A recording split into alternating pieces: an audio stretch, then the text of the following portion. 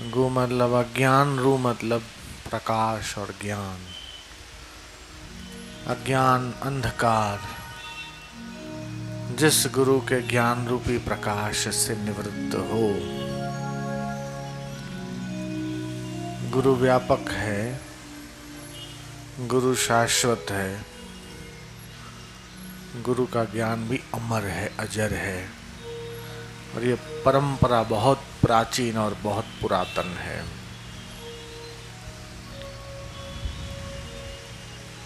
आपसे ये पूछा जाए कि आपके पिताजी का नाम क्या, तो याद होगा। दादाजी का नाम क्या, तो याद होगा। परदादा का नाम क्या, तो याद होगा। लेकिन उनके पिताजी का नाम, उनके पिताजी का नाम, उनके पिताजी का नाम तो आपको भी शायद पता नहीं हो, याद नहीं हो। तो हम लोगों की स्मृति, याद शक्ति 100, 150, 200, 250, 300 साल तक जाती। 500, 1000, 1500, 2000 साल पुरानी स्मृतियां नहीं टिक पाती, क्योंकि उसकी लिमिट है।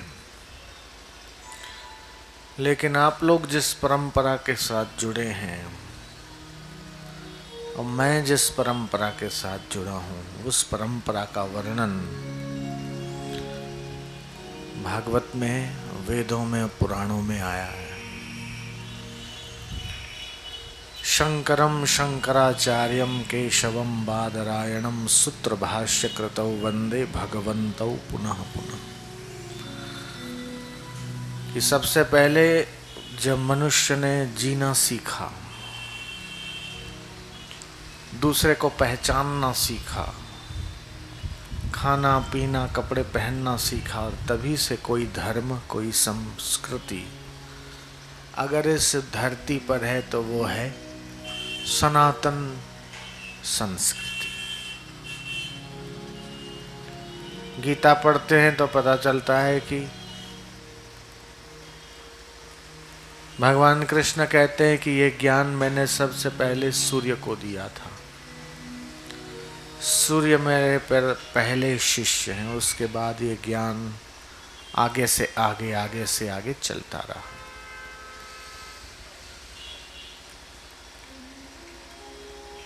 तो कबीर के गुरु रामानंद थे, शिवाजी के गुरु समर्थ रामदास थे, अष्टावक्र के शिष्य राजा जनक थे, जनक के शिष्य शुकदेव थे। ये गुरु और शिष्य की जो परंपरा है, जैसे एक छोटा सा बल्ब जल रहा है लेकिन उसमें जो प्रकाश है वो पावर हाउस से आ रहा है, ऐसे मैं आपके सामने बैठा हूँ, आप मुझे देख रहे हैं, लेकिन मेरे पीछे एक लंबी संतों की परंपरा है, लंबी ऋषियों की परंपरा है।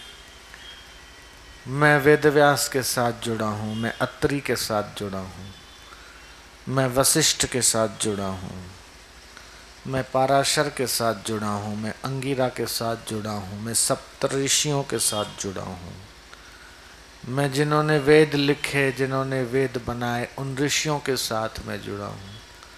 मैं वेदव्यास के साथ जुड़ा हूँ, मैं गुरु नानक के साथ जुड़ा हूँ, मैं अष्टावक्र के साथ जुड़ा हूँ, मैं कृष्ण के साथ जुड़ा हूँ, मैं तुलसी के साथ जुड़ा हूँ। और उनका ज्ञान अगर मेरे पास है तो आप भी प्रत्यक्ष और परोक्ष रूप से सैकड़ों संतों, ऋषियों के साथ जुड़ने का सौभाग्य पा गए।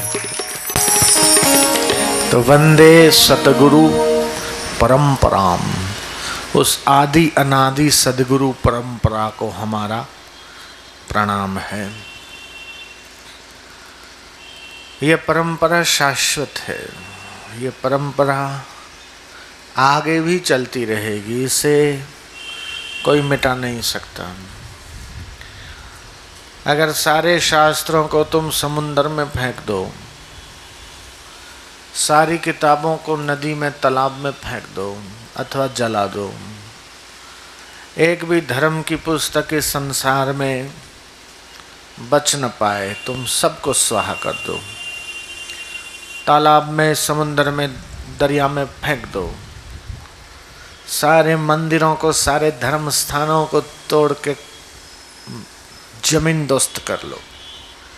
लेकिन फिर भी जैसा मैंने सुना है कि अगर इस धरती पर एक सत शिष्य है और एक सद्गुरु का प्रसाद पचाया हुआ सद्गुरु है, तो फिर से शास्त्र बन सकते हैं, फिर से पुराण बन सकते हैं, फिर से वो शास्त्र का निर्माण हो सकता है।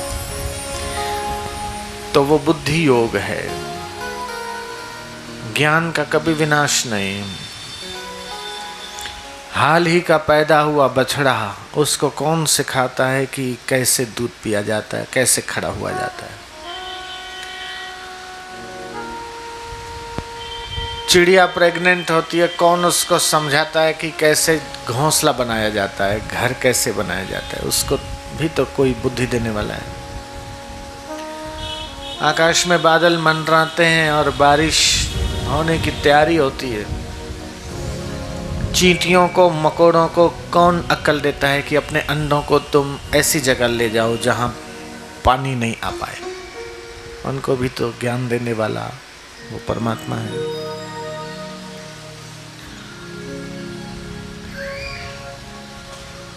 मेढक बरसात में आ जाते हैं और गर्मी में कहाँ छुप जाते हैं। एक मेढक को किसी पत्थर पर रगड़ दो, उसके 1000 टुकड़े, लाख टुकड़े हो जाएंगे।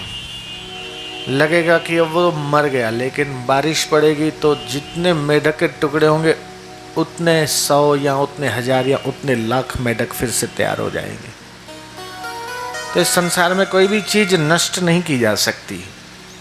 किसी की योग्यता को, किसी की शक्ति को तुम दबा नहीं सकते, वो नष्ट नहीं हो सकता है। और ये तो आज का विज्ञान, आज का साइंस भी कहता है कि राई के एक दाने को तुम आंखों से ओझल जरूर कर सकते हो, लेकिन उसको नष्ट नहीं कर सकते। एक मिट्टी का कण या रेती का कण, उसको भी तुम नष्ट नहीं कर सकते, आंखों से ओझल कर सकते हो। तो जो चीज बनी है उस हर चीज का उपयोग है। तुम्हारी नजर में है कि ये व्यक्ति बेकार है, ये व्यक्ति किसी काम का नहीं, ये व्यक्ति बुरा है, लेकिन परमात्मा ने उसे बनाया है तो कुछ न कुछ वो काम का है। जयराम जी की बोलना पड़े। जो भी चीज बनी है संसार में तुम्हारे लिए वेस्ट है, लेकिन किसी के लिए वो बेस्ट है। अब ये रिसर्च हो रहा है कि तुम जो फेंकते हो कचरा, उसमें से कैसे बायोगैस बनाया जाए। तुम्हारे लिए वो घर का वेस्ट है, तुम्हारे लिए है सब्जी के छिलके, फल के छिलके, प्लास्टिक के टुकड़े, अथवा सुबह जो शौच जाते हैं वो तो गंदगी है, बदबू वाला। तुम्हारे लिए वो वेस्ट है, लेकिन किसी के लिए बेस्ट है। तो दुनिया में हर चीज का उपयोग है, हर चीज का यूज है, और हर चीज के भीतर अगर हम गुण देखना सीख लें तो हमारे जीवन का नजरिया बदल जाएगा। एक सड़ा गला मरा हुआ कुत्ता पड़ा है रास्ते में, और कहते हैं कि देवताओं ने सोचा कि भगवान कृष्ण को किसी की बुराई करते हुए देखा न गया आज तक, और न सुना गया, उनके मुंह से किसी की निंदा नहीं सुनी, किसी की क्रिटिसाइज, किसी की बुराई सुनी न गई।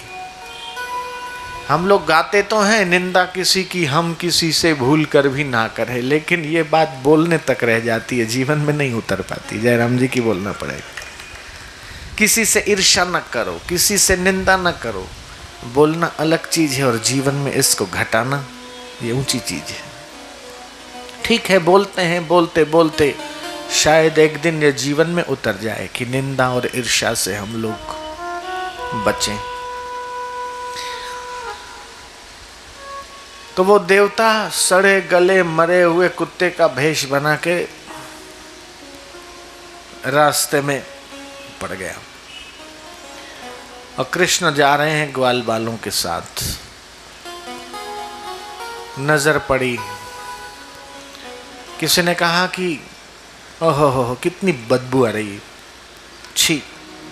किसी ने कहा कि अपशुकन हो गया, आज जिस काम के लिए जा रहे वो काम शायद हो नहीं पाएगा, ये अशुभ दर्शन हो गया। इसने कौन सा पाप किया होगा जो इसकी ऐसी मृत्यु हुई। किसी ने कुछ कहा, किसी ने कुछ कहा। जब उसके नजदीक से गुजर रहे थे, सबने कपड़ा रख लिया, किसी ने रुमाल रख लिया, किसी ने अपना कुछ। कृष्ण की नजर पड़ी उस कुत्ते पर, खून से लथपथ, शरीर में कीड़े पड़े हुए, फूल गया, बदबू आ रही है भारी। और कृष्ण की नजर पड़ी उसके दांत पर और कृष्ण बोलते हैं कि साथियों, ये कोई इसके अच्छे कर्म का फल है, कोई इसका अच्छा पुण्य होगा। ये देखो, उसके दूसरे भाग पर नजर मत देखो, नजर मत लगाओ, देखो उसका दांत और कैसा मोती जैसा चमक रहा है। ये किसी अच्छे पुण्य का फल होगा जो इसका दांत चमक रहा है।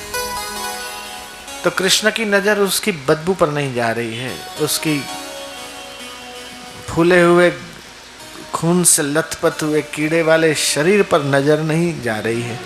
कृष्ण की नजर चमकते हुए दांत पर जा रही है, बुराई में भी अच्छाई पर जा रही है, गंदगी में भी शुभता पर जा रही है, अशुभ में भी शुभता पर जा रही है, अपवित्रता में भी पवित्रता पर जा रही है, बुराई में भी अच्छाई पे जा रही है। और काश ऐसी कृष्ण जैसी नजर अगर हम लोगों की बन जाए तो बेड़ा पार हो जाए।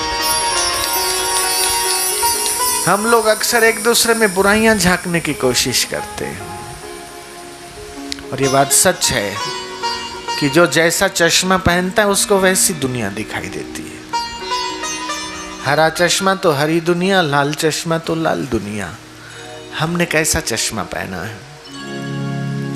हमने दोष दर्शन का चश्मा पहना है तो सब में बुराई दिखती रहेगी, और अगर हमने भगवत स्वरूप का चश्मा पहना, ज्ञान का चश्मा पहना, तो बुरे से बुरे व्यक्ति के भीतर भी हम अच्छाई को ढूंढ लेंगे। हम लोग खामखा परेशान होते रहते हैं, ये ऐसा है, वो ऐसा है। घर में भी अपने अंदर तो हम लोग गुण का दर्शन करते और दूसरे के अंदर दोष का दर्शन करते। अच्छा किया तो मैंने किया, और कुछ गड़बड़ हुई तो इसने किया, उसने किया, ये इसके कारण ऐसा हो गया, ये उसके कारण ऐसा हो गया।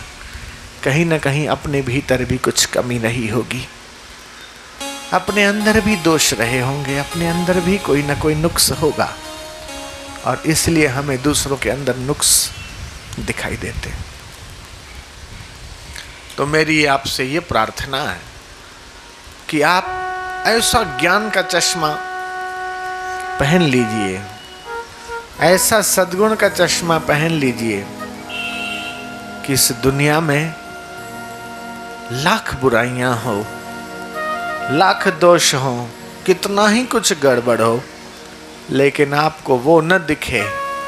आप अपने गुणमयी, ज्ञानमयी, आनंदमयी, प्रेममयी दृष्टि से और भाव से उसको वैसा ही देख सको।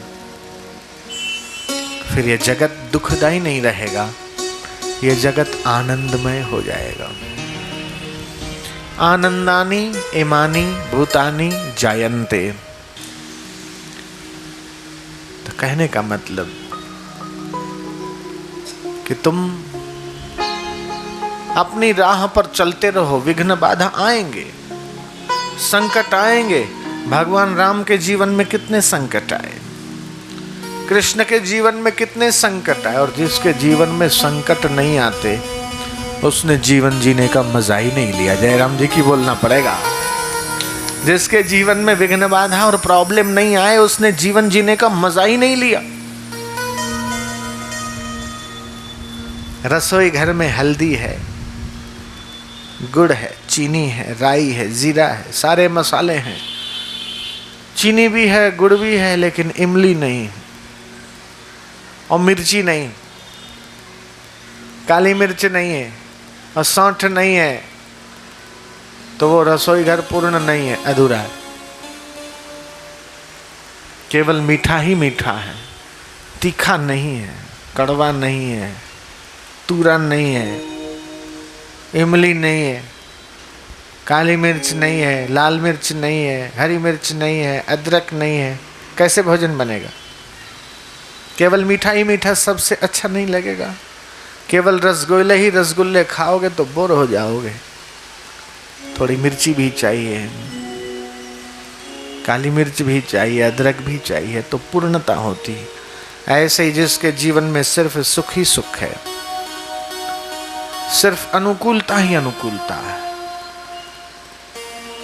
तो उसने भी जीवन का मजा नहीं लिया। जिसके जीवन में विघ्न है, बाधा है, मुसीबत है, प्रतिकूलता है, और जो जितनी प्रतिकूलताओं से जूझेगा उसकी योग्यताओं का उतना ही विकास होता है। इसलिए आने दो। कुंती से भगवान कृष्ण पूछते हैं, कुंती तुझे क्या चाहिए? मैं तेरे पे बड़ा खुश हूं, बड़ा प्रसन्न हूं, तू मांग ले जो तुझे चाहिए, आज मैं तुझे देने के लिए तैयार हूं। गोलोक चाहिए तुझे मिलेगा, महल, सोना, चांदी, हीरा, मोती, जवाहरात, जो चाहिए तुझे मिलेगा, तू मांग ले। आज किसी बात के लिए मैं ना नहीं कर सकता, तू बोल और वो तुझे मिलेगा। और कुंती मांग रही है, आप अगर मेरे पे प्रसन्न हैं, मुझे दुख दे दो, मुसीबत दे दो, मुझे प्रॉब्लम दे दो। पागल हुई है तू? दिमाग चकरा गया? तू क्या मांग रही, तुझे मालूम है क्या? बोले मुझे मालूम है। तू क्या कह रही है? फिर से बोल, सोच के बोल, बिना सोचे मत बोल। बोले मैं सोच के बोल रही हूं। मैं चाहती हूं मुझे दुख मिले, मैं चाहती हूं मुझे कष्ट मिले। बोले क्यों? मैं प्रसन्न हूं और तू दुख मांग रही। लोग दुख को मिटाने के लिए प्रार्थना करते हैं, लोग सुख मांगते हैं, संपत्ति मांगते हैं, और तू दुख मांगती है। कैसी पगली है, पागल है।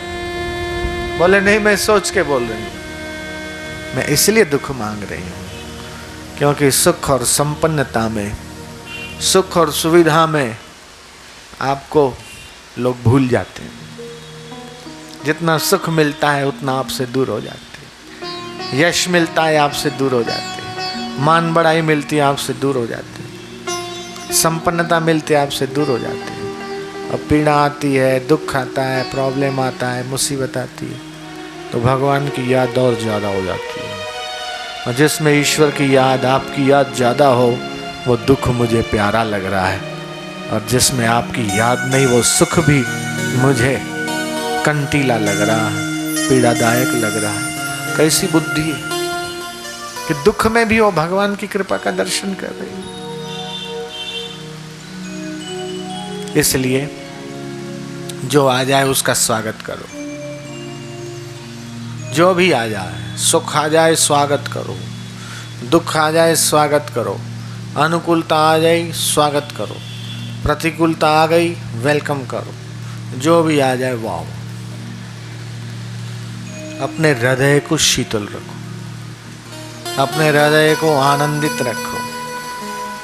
एक सूरज नहीं, 12 सूरज तपने लगे, धरती रसातल में जाने लगे, चारों तरफ हाहाकार हो जाए, प्रलय काल की आंधी चलने लगे, फिर भी जो आत्मज्ञानी है उसका चित्त प्रसन्न रहता है, शांत रहता है। वही तो आनंद मैं ब्रह्म ज्ञान की निशानी। इसलिए सुखे दुखे समय कृत्वा, गीता कहती है सुख आ जाए कि दुख आ जाए, मान आ जाए कि अपमान आ जाए, लेकिन ब्रह्मवेता का हृदय सदा शीतल रहता है।